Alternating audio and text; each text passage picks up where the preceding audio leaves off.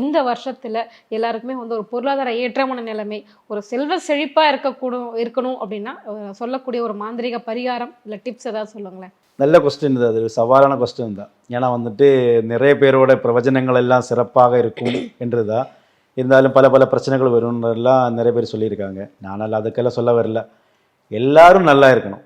இந்த உலகத்தில் பிறந்தவங்க ஏழையாக இருந்தாலும் பணக்காரனாக இருந்தாலும் மிடில் கிளாஸாக இருந்தாலும் அவங்களெல்லாம் சிறப்பாக இருக்கணும். ஒவ்வொருத்தருக்கும் அவனோட வாழ்க்கையில் கோல்டன் பீரியடாக இருக்குன்னு சொல்லல.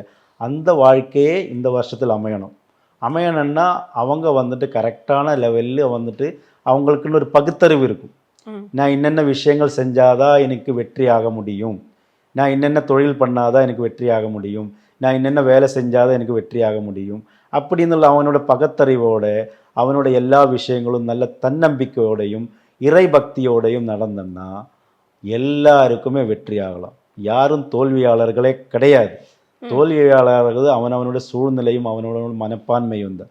அதனால எல்லாரும் வெற்றி ஆகணும்னு நான் இந்த 5 வேளை தொழுகும் போதும் மற்ற ப்ரேயர்கள் எல்லாம் எல்லாருக்காகவும் நான் ப்ரேயர் பண்ணுறோம். இதுதான் என்னோட டிப்ஸ்.